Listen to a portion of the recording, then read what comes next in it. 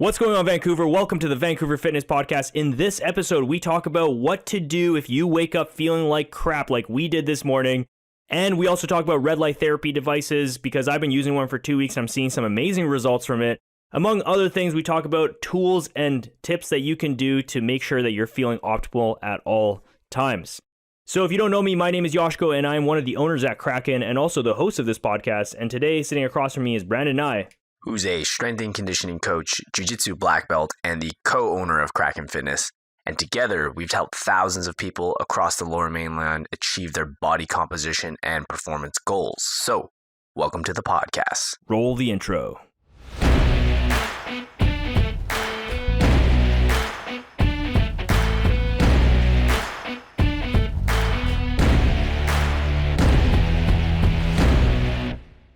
One of the hardest parts about running this podcast is UFC nights, I gotta say. Because, like, last night, UFC night, great UFC, but, like, we have it here at my house, so I don't have to drive or anything. But, man, like, having to, like, stay up until, like, 11 o'clock and then run this podcast in the morning, dude, that sucks. It's pretty hard because it's so exciting. And your, like, heart rate's jacked up, and you're, like, watching these thrilling things, and then it just ends. And there's, like, this lull after the last fight, and you're just like, oh, what do I do with myself now? Yeah. And that's the thing, like, I can't imagine how other people feel, because, like, I didn't have a drop of alcohol, but everybody that was over, like, there was drinking beers and things. So, like, imagine if I drank alcohol, I don't know how I would feel right now. Yeah, So, well, like, I was actually checking my Oura Ring stats, my sleep stats from last night, and my heart rate was definitely elevated more than usual, and I didn't drink either. no drinking, yeah. So that's just from the anxiety of the sport. Yeah. Yeah, I think my sleep score was, like, the shittiest it's been since, I don't even remember, like, this is, like, it was, like, 68. And I didn't even drink a drop. All I did was just stay up. Yeah, but you know what? It was worth it. That was a wild card. Yeah. That's why we keep doing it. Yeah. And, it's just something, it's just the pain of having to do this and also run a podcast and also, like, watch UFC. It's just Why do you think people like watching UFC? Like, there's always two camps. There's always people like, I can't watch any of it. And there's some people who, like, love it. And you may not even be, like, a person who does jiu-jitsu, a person who does kickboxing, but they just love it no matter what. Well, okay, so I think that a huge part of it is, like, the dopamine, oxytocin, because we talked about dopamine on, like, 2 podcasts ago, right? Mm-hmm. But if you think about it like this, right? Like, you're waiting all month for the card, right? And then all you're waiting for in the card, like, finally, it's the day you start watching UFC, and then all you're looking for is, like, who's gonna fucking bleed.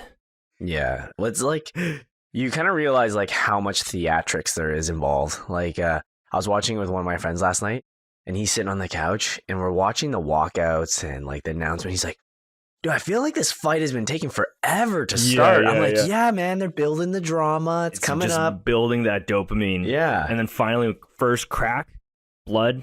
Yeah. And then you're just sucked right in. Spilled. And then all you're waiting for is, like, the next time. Yeah. That's why I know that you don't really like Stylebender that much, but the reason why I like watching him fight is, like, that anticipation. It's like, he's, like, so, like, elusive, and all of a sudden he'll just, like, slip and then counter, and then you're just like, whoa, like, at any moment he could potentially knock someone out. Yeah, watching that fight last night was really cool, though, because I've been waiting so long for somebody to be, like, fully matched up. It was like Adesanya versus Adesanya, but just, like, a slightly better Adesanya. Yeah, because he had, like, the same build and the same striking acumen, right? Yeah. So it's not like he was going to all of a sudden switch it up and try to wrestle him. He was, like, standing in the pocket and being like, let's go, we've been here before.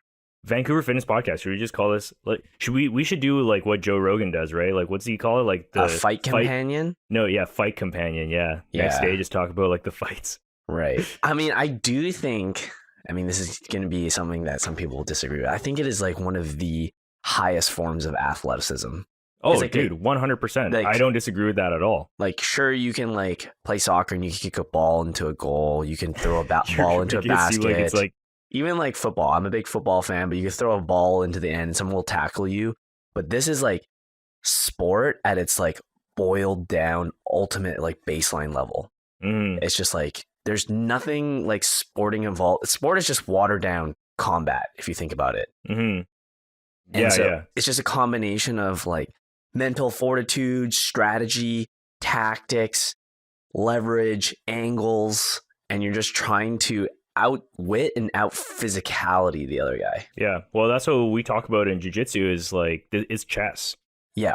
And I think when you look at UFC, it's basically just chess while getting punched in the face. Yeah, but it's so fast. It's like chess, but I can move like 8 times to your 1 if possible. Totally. Like when Usman got knocked out, you couldn't even see that. Yeah. You can't even see it when it's without slow motion.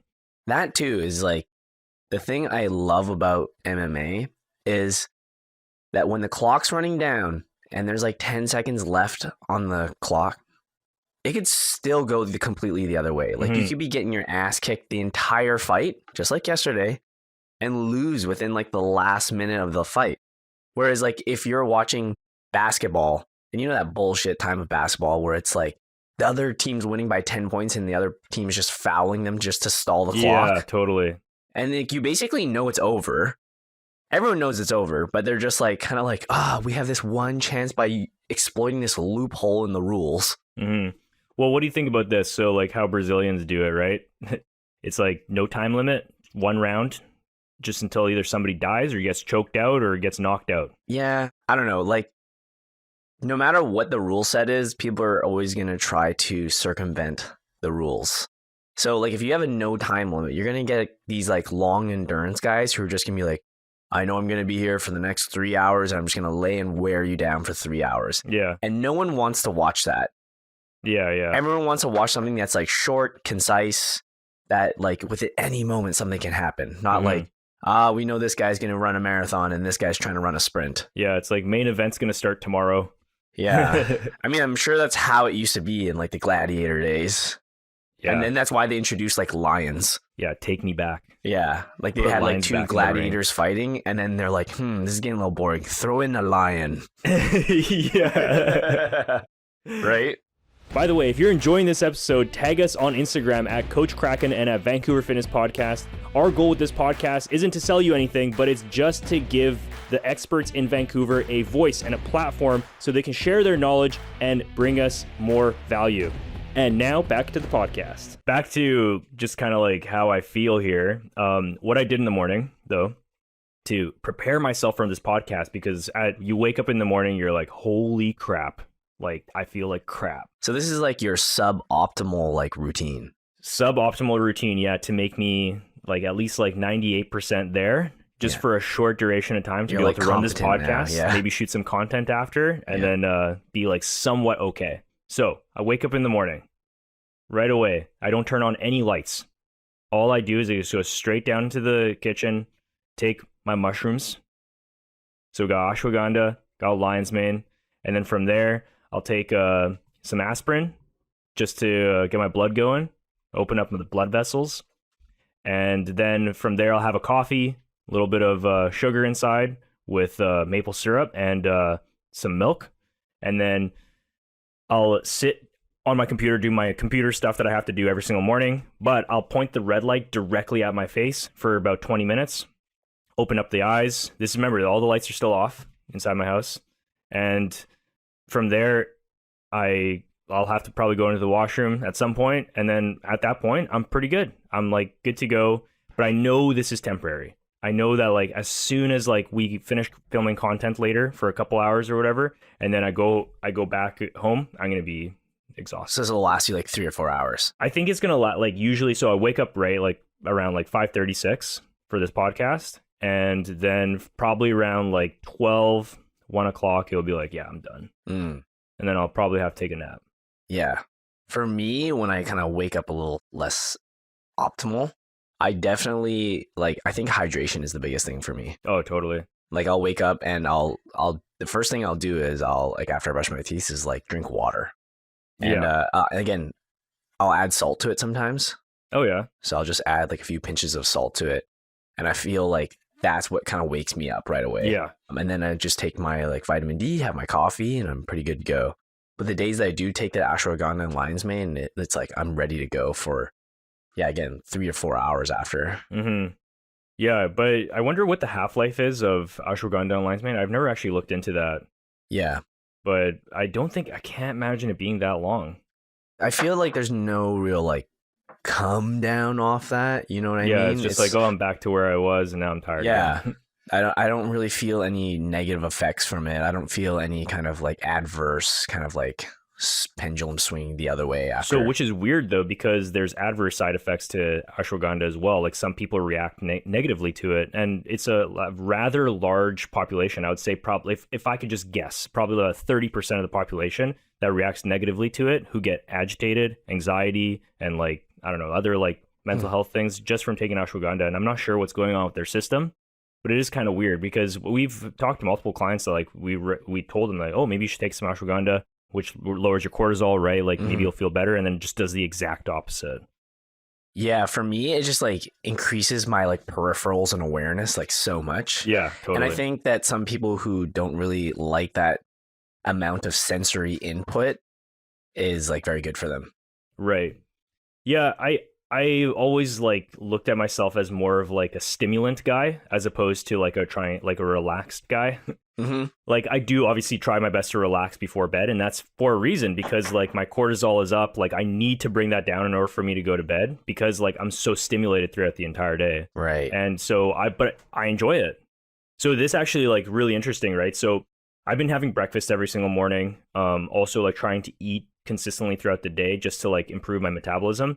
But I have noticed that like eating breakfast every single morning kind of makes me lethargic in a way. And I think it just activates that parasympathetic part of your brain, I guess, that just like goes to rest and digest after you just finished eating. So this week I told myself that I'm going to experiment with, like maybe just getting some calories in, maybe having like a little bit of milk with some like honey or whatever in my coffee, and then trying not to eat until like 1 or 2 o'clock. Like full actual meals that are like actually satiating, because I don't want to activate that parasympathetic version of myself. Like I don't want to go into rest and digest. I want to be hungry, because that's when I feel like super sharp. I agree. And I think that's why people do like intermittent fasting and such. Yeah. You have that like a little bit of clarity because your mind's not bogged down, your blood's not rushing to your digestive system. It's like, and also you go into like that hunger mode where like evolutionary, I know like evolutionary, whatever. Yeah. But like evolutionary, you'd be like looking for food. You'd be looking to like in your environment to go do stuff to get food. Well, right? but then you just direct that, because you're a human and you can, into working. Yeah. There's just that like small acute raise of like cortisol, and which is going to drive up sympathetic. And I think this is like, I don't want to generalize, but I think like men in general react better to this as opposed to women avoiding food. I think just men in general like are better suited for cortisol. So we can really work hard with cortisol, but as soon as like a woman has too much cortisol, then it like has the negative side effects. And then I talked to my wife about this, and she's like, no, yeah, I if I don't eat, that's when I get like super agitated. I just like laying around, just waiting, and like I can't actually bring myself to do anything because I haven't eaten. Where it's like the complete opposite for me. Yeah, no, I like being a little bit more on the hungrier side. I kind of experience the same thing as you. So the way I kind of schedule my day is I wake up, I basically get ready, and I do a little bit of like a morning work, maybe like 10-15 minutes of work, but then I go and work out. And then this is pretty much I wouldn't say fasted, but it's very light, like you were saying. Like I just have like a protein shake, basically. Yeah. And then I would say all the way up until about 11:30, when I actually have my first meal, it's like my sharpest hours of the day. It's my most productive hours by far. Like I can sit down, nail out like a whole bunch of things from my task list on my computer, like really quickly.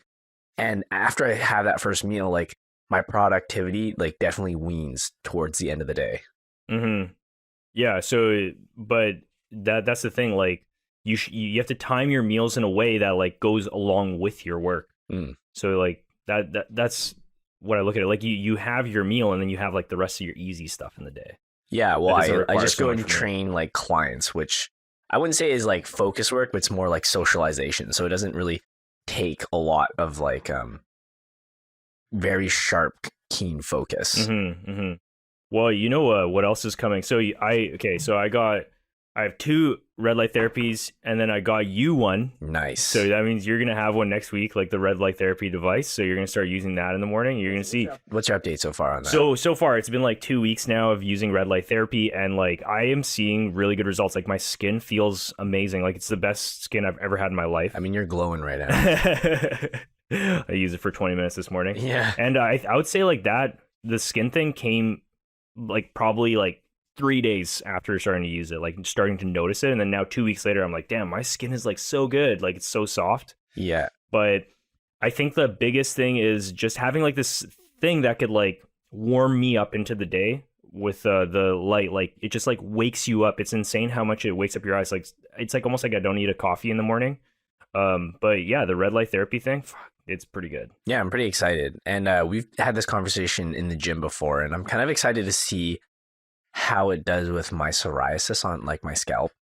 I can see that it does help a little bit. I just don't know, like, because it's kind of weird when you look online. Some people do get results and some people don't. Like when it comes to that kind of stuff, like eczema and stuff. So yeah, I mean, this is partially, I would assume, like diet, right? So it can't be like all just like sun exposure. It does get better throughout the summer. Well, I think we talked about this before where I told you when I had psoriasis, like I fixed a majority of it by just going into tanning booths. Yeah. And then I stopped going tanning because people started to notice.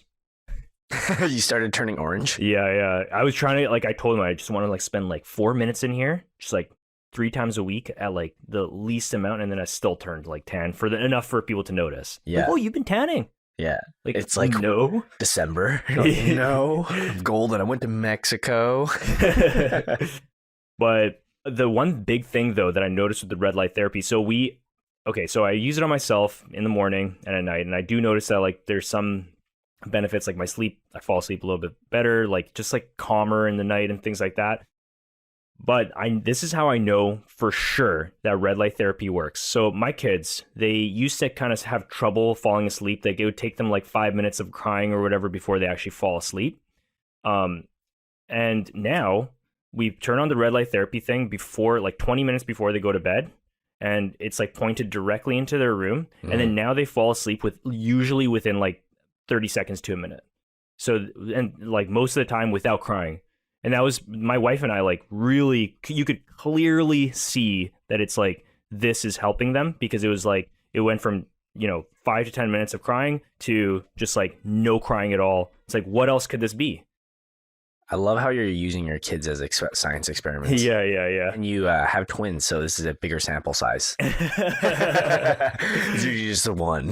Yeah, I should write some sort of study on this. You should, yeah. Maybe Andrew Huberman would take me in his podcast. Yeah. Red light therapy works. Yeah. Yeah, what a funny guy. Yeah. But yeah, so I think that anybody can benefit from this, but granted, it is $1,000 for one device. True. So I mean, I could see how it would work, right? Yeah. Just because we have so much like blue light exposure and you can only block so much of it. Like, yeah, you can turn on your like eye protecting shield on your computer, and like you could turn it on your phone. You could put on the blue light blocking glasses, but you're not actually getting red light. You need that red light from the sun, from sunrise and sunset. I wonder if it would be like slightly offset. Like, say you had the like red light shining on you in your face, but you're like still watching like TV. So that's how I use my red light therapy thing in the morning, because I don't have that much time in the morning. Like, right. I need to get shit done. So I have my laptop in front of me, directly in front of me, and then I have the red light therapy right on top of that, pointing directly at my face, and it completely changes the color of the screen. So it's almost like you can't even see the screen in the right colors. And my wife was doing this as well. So like she would have it would be pointing at her face and she'd be on her phone. And she said that she had to stop using her phone because she can't even read it. Because I'll show it to you later. Like, you can't really even see the screen. Right. Yeah. Right. Yeah, because it just eliminates the blue light. Yeah, just like it's way more powerful than the blue light coming from your computer. Mm-hmm. Yeah. But I do use it with the lights off in the room, which makes it even stronger too. Because if we were to use it in this room here, I don't know if it would actually be as strong. It would definitely, like, okay, so when you use a red light therapy thing, when you turn it off, any kind of like yellow light that you have, like normal house lights, look green. And then these lights look blue. Like this room would look very blue. Right. And that would last probably like maybe like 5 or so minutes after using the red light therapy thing. That long after? Yeah. So it actually, you can imagine like it actually changes something in your eyes when you're using this device. Like it really like kind of like prepares you before bed. Interesting. Yeah. Do you use the infrared setting on it very much? I use the infrared setting every single time as well. Like just infrared or just no, I use both at the same time. I see. I think there's benefits to both, separate benefits to both, and but the infrared is weird because you like don't even see it. Yeah. Another thing about it is before bed though. So you typically in the morning I'd have it pointed directly at my face, but before bed I put it in the corner of the room and it's just pointing directly at me. So it's kind of like a sunset. Like it, there's just light shining from this object. So do you notice a difference between when you use it in the morning as opposed to when you use it in the evening? In the evening, last night I didn't use it because like wife was already asleep and like I was not going to just turn on this light. You like just in the turn bedroom. it on for everyone watching UFC. Yeah, That's how you get everyone out of your house. Yeah, wow, I should have thought of that last night. Yeah, like just bringing the device, like, sorry guys, like, it's like when you go to the club and they like turn on all the lights. You're like, hey, it's time. So in the morning, kind of like wakes up my eyes, but in the evening, I find that like it really calms me down. Like it does I can feel that it like brings down my cortisol, you can say. Like I can feel like I'm like relaxing. But specifically last night, so I didn't use it, right? So I noticed that like when I close my eyes, okay, this is just freaking anecdotal. I don't even know what I'm talking about. Okay, but let me just throw this out there. So I closed my eyes right last night without using the red light therapy thing, and like I could see like kind of like it was like still kind of bright in my eyes, and there's like flashes going on. Yeah. Instead of it just being like dark. And I think that's just from watching this like UFC and like there's so much stimulation going on, like that it's still kind of like stimulating your brain and you're getting like, I don't know what to say, like electromagnetic freaking like impulses in your brain, and that's what you're seeing in your eyes. And that definitely like it took me way longer to calm down. So yeah. I with that red light therapy thing, like as soon as I close my eyes, it's dark, it's black, like it's time to go to bed, like I'm calm. Yeah. So that's the way I look at it. But in the morning, yeah, sure, it does probably bring down like I think in the morning, like it kind of like wakes you up somehow. Like I don't know what it does with your hormones, but it just kind of like prepares you for the day, I guess you could say. I don't know. Well, it makes sense. Like we're in tune with what our environment should be. Yeah. You have this like sunrise where like the sun is like this orange red hue, and then it gets brighter and blue throughout the day, and then towards the evening it does that red orange hue again. Yeah. So I think like anybody who really like cares about their health should be using it. Nice. I'm excited to get mine. Yeah. I just wish it was cheaper. I mean, I think if these things do eventually become cheaper once it becomes more widely available. Yeah, that's kind of what we were talking about. Like before, they used the vibration like guns. Yeah, the massage guns. Yeah, like, they used to be like $700, and then now you can get them on Amazon for literally $30. $30, dude. Yeah, like the ones from like China or something. Yeah, but it still does the trick. Like it does exactly the same thing. Right? I remember like when those were like $800. Like yeah, that's when I bought my it. friend and I, we made a Home and Decor one. yeah, it's so loud though. yeah, you're literally doing home and hardware on each other.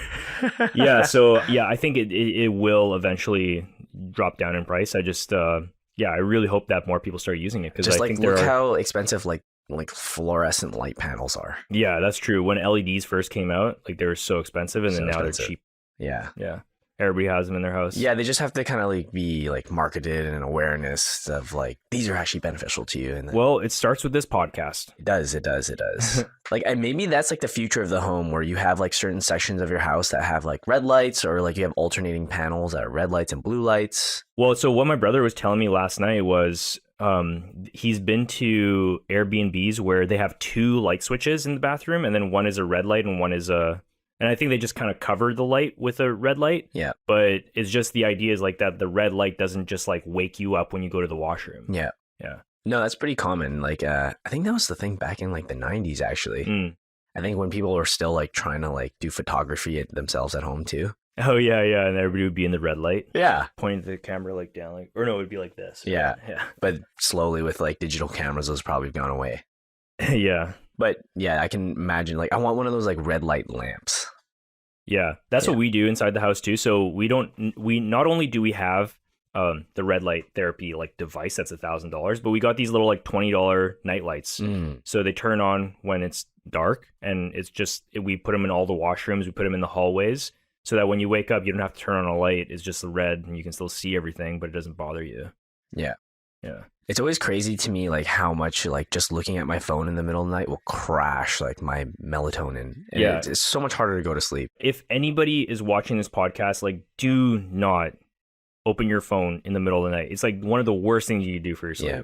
And then just like the best thing for you to do is just keep it in a completely different room. Mm-hmm. Total, because yeah, like as soon as it's like almost like it wakes you up. And that's the thing. Like your body just looks at that. It's like, oh, we're like 12 o'clock. Yeah, it's like 12 o'clock. Day. Like you've overslept. Like it's time to wake up. Yeah. Humans are just dumb like animals. Yeah.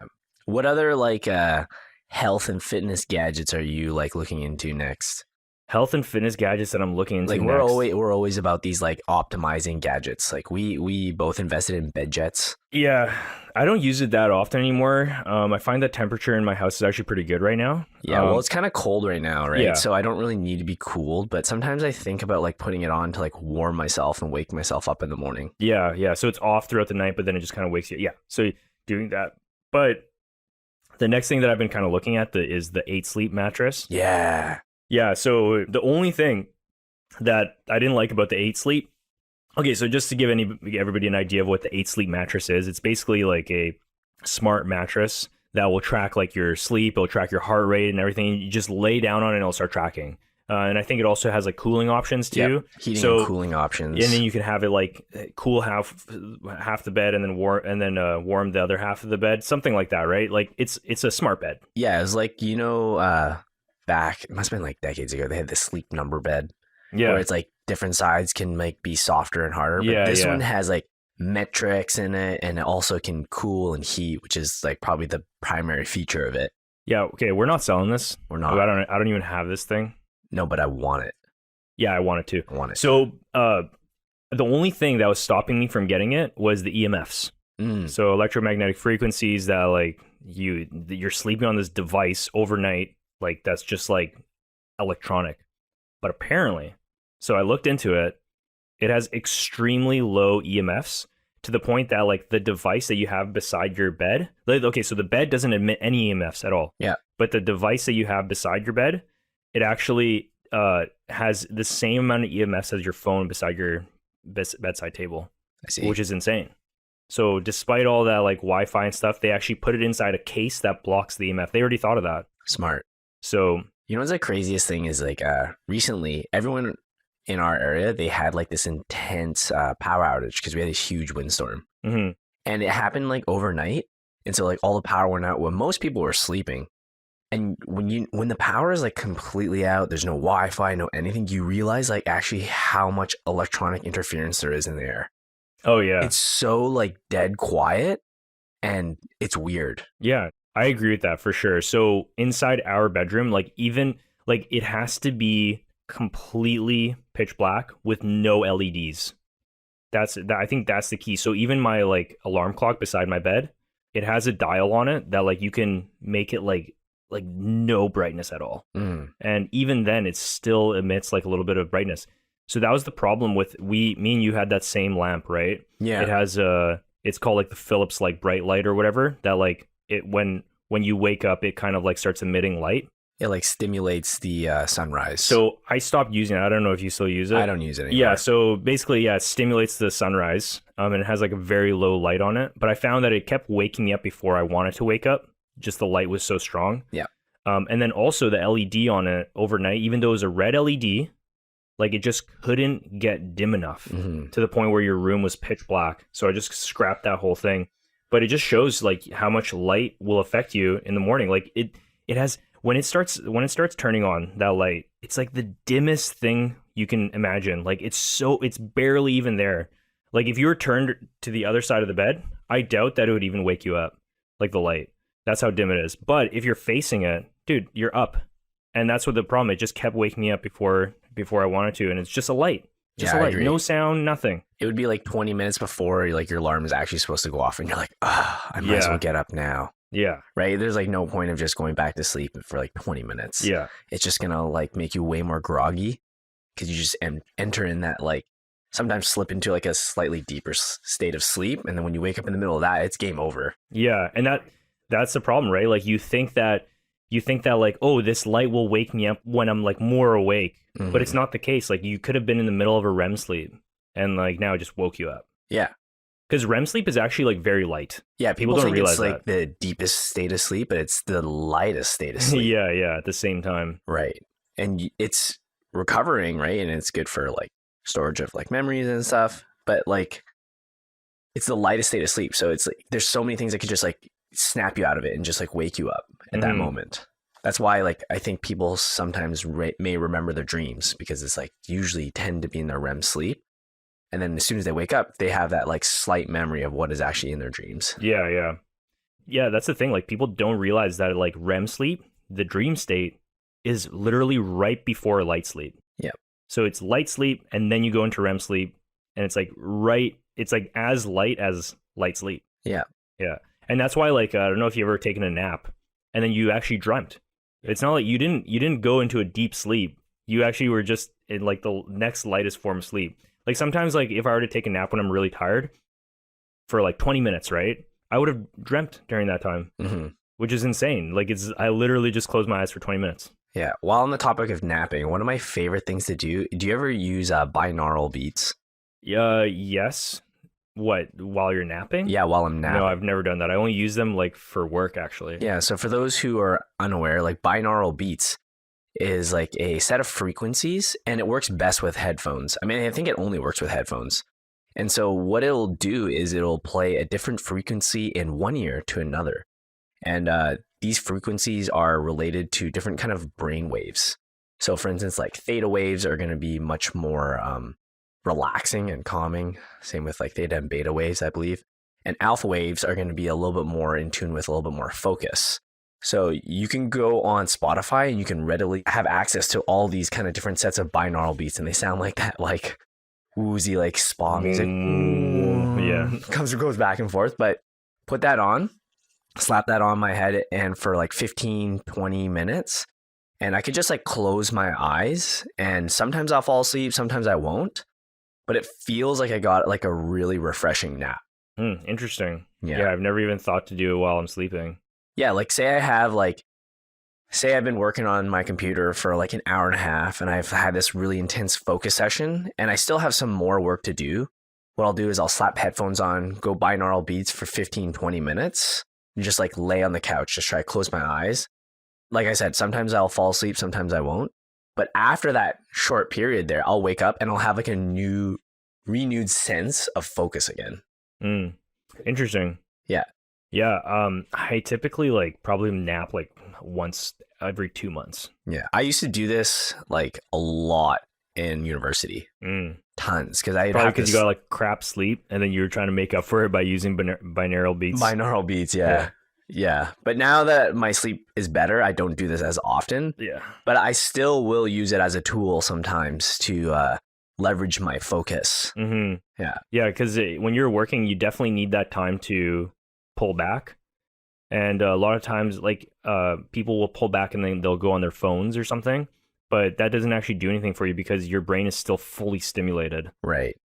I've even seen that like just like staring at like sheets of like green paper or something that's like relaxing for the eyes will help your like focus again. So something that like you said, like going on your phone is just going to stimulate you even more. Just keep that like heightened sense of awareness. But if you can pull back a little bit with something, like either like if meditation is like not for you, I find that this is one of the most effective tools to use. Yeah. Oh, that's actually a great idea. Like, instead of meditation, because I want to do that. I just don't have the patience for it. Yeah, it's a little bit more like active, I guess. Yeah. Than meditation. Cool. All right, well, we're at 34 minutes now, so we're going to wrap up this podcast. But thanks for joining us, guys. That was the new style of podcast that we have, basically just chit-chatting and like just talking about things that are on our mind, which seems to be a little bit more entertaining. So thanks for coming, and we'll see you in the next one. See ya.